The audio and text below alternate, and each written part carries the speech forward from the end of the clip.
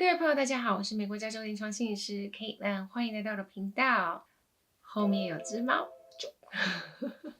之前我们谈过几集，就是有关于失功能家庭的一些动力啦、现象啊，还有失功能家庭里头的一些角色。那当然就会有问我说，知道这些，然后呢，要怎么做才可以让自己变好呢？又或者是该怎么面对这样子一个家庭呢？所以今天我们就来跟大家讨论一下，如何从失功能家庭当中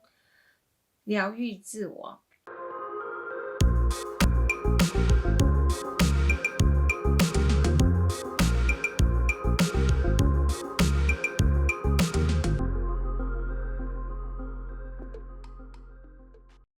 首先呢，一样在我们开始之前，先提醒大家一下，我们这个频道是跟心理相关的，所以如果你对这样子的议题有兴趣的话，麻烦帮我们按下订阅跟小铃铛哦。然后另外呢，再提醒大家，如果你有问题的话，其实欢迎在下面留言还有提问，因为你的问题可能就是其他人的问题，而你提出这样子一个问题呢，其实等于是帮助大家。我们成立这样子一个频道，就是希望能够创造一个 community， 也就是一个平台、一个社群，让大家可以分享、互相支持。所以你有这样子的问题的时候，欢迎在下面留言，让其他人也可以支持你，又或者是提供他们的经验，又或者是呢，我也可以一并回答，顺便一起帮助到大家哦。那我们现在就来谈一谈，如果你是在一个失功能家庭里头长大的孩子，你接下来可以怎么样自我疗愈呢？那当然，首先第一个部分我会讲的一定是心理治疗，因为心理治疗可以帮助你去谈谈你的感受、你的想法、你的经验，然后帮你把过去很多混乱的一些经验呢，慢慢整理出一些头绪出来。跟大家分享一下我自己的经验，在过去呢，当我在做心理治疗的时候，我的心理师曾经问过我，那我们来谈谈你的家人吧，谈谈你的父母吧。我的第一个想法是，我的父母很好啊，我的家庭很完美啊，有什么好讨论的？没有什么好讲的啊。但是慢慢在心理治疗当中，才一次一次的去了解到，哦，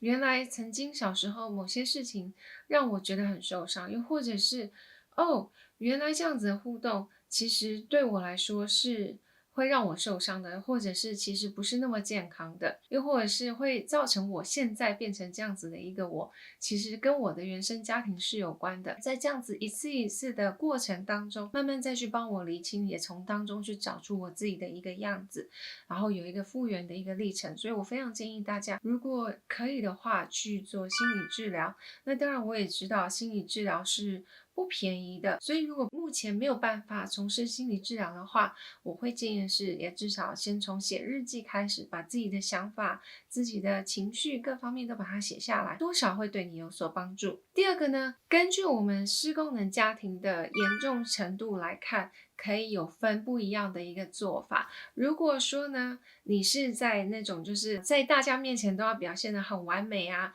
然后家里头呢可能就会有一个是英雄式的小孩，又或者是有一个是代罪羔羊，像这样子的一个比较不健康，但是还不至于到所谓的酗酒啦、用毒品啦，又或者是有家暴啊，又或者是甚至其他性侵等等非常一个暴力，甚至是完全失功能的一个家庭的状况的话呢，那我会建议你试着多去沟通，在关系里头去表达你自己 ，be assertive。也就是明确的去表达你自己的一个状态，然后不要担心说，哦，我说了这个之后，我们家可能就会因此而毁了。我们要有一个相信是我们家人的关系是有韧性的 ，and that will create the resilience。我觉得那个 resilience 那个韧性是人与人之间一个很重要的一个部分是，当你改变了之后，而你也坚持的去改变了，你的家人之间的动力会因为你的改变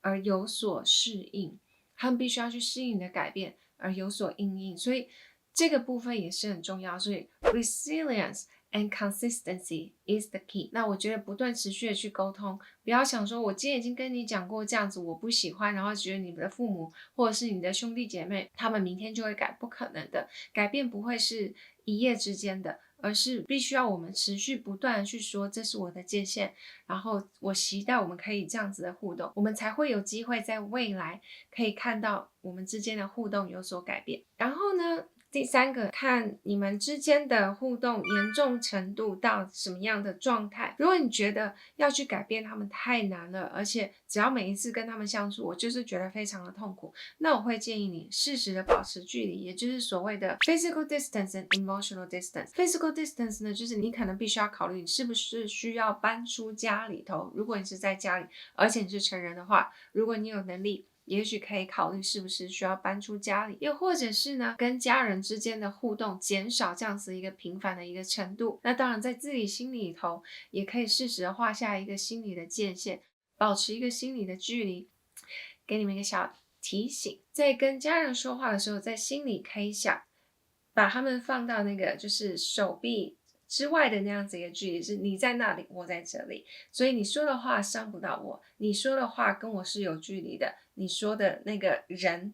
不是我，我们就比较不会受伤。这是一种保持心理跟生理的一个距离的一个部分。第四个呢，不要再把自己当成是所谓的家庭里的受害者。当我们不断的去想说我怎么这么命苦，又或者是我怎么这么可怜，我就是被他们虐待，我就是被他们欺负，我就是怎么样怎么样的时候，我们一直不断用这样子一个角度来看自己的时候，同时间我们一直不断去放大这些不好的过去，也不断去缩小自己的能力。换一个角度来看 ，take your power back， 也就是呢，对于你自己曾经经历过的事情，或者是曾经因为是那个孩子而觉得我必须要去讨好，我必须要去成为那个英雄小孩，或者是我必须要在家里扮演一个像是开心果的一个角色。又或者是我必须要这样子忍气吞声，就是被大家这样责骂，去接受自己曾经因为这样子的一个家庭动力而必须去扮演某一个角色。And don't be ashamed of that， 不需要为了自己曾经有这样子的一个行为而感觉到羞耻，或者是觉得这样子是一个很不好的事情。就你试着去在有限的能力下、有限的资源下去做你最好的一个因应措施，而你也不过就是一个孩子。那身为一个孩子，你的童年时期没有办法决定你的未来，而你的过去也没有办法为你这个人的未来下定义。所以试着去重新告诉自己，从现在开始，我要拿回我人生的主掌权，我要学着决定如何过我自己的人生，我要学着如何在这样子的关系里头划界限，为我自己的人生负责。试着把这样子一个人生主导权拿回来，你会发现 you feel much powerful， 你会觉得自己是有能力，是有控制权的。第五个呢，就是试着原谅。我想这个是比较难的，但是如果可以的话，也许可以试着去原谅父母或者是家人没有办法像你期待中的那样子一个理想父母或者是理想的家庭的状态，而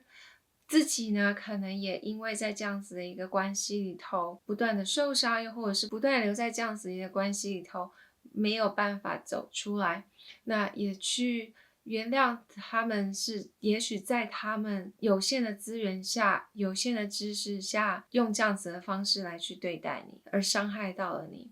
如果他们可以接受到更好的教育，有更好的资源，有更好的一些支持系统，也许他们会是一个不一样的一个状态，而这是他们有限的状态所能做出来的，也许那是最好的一个状态了。即使是不够好，而试着去把过去的那个部分放下，然后去原谅他们，然后试着把这个部分放下之后，你才能够不再背负着过去沉重的包袱，而试着迈向前，往前走。毕竟接下来的人生才是你的，你必须要为你接下来的人生负责，而你值得有一个幸福快乐的人生。如果对于练习原谅这个议题有兴趣的话呢，也许我们之后可以做一集，就是跟大家讨论一下如何练习原谅跟放下这个部分。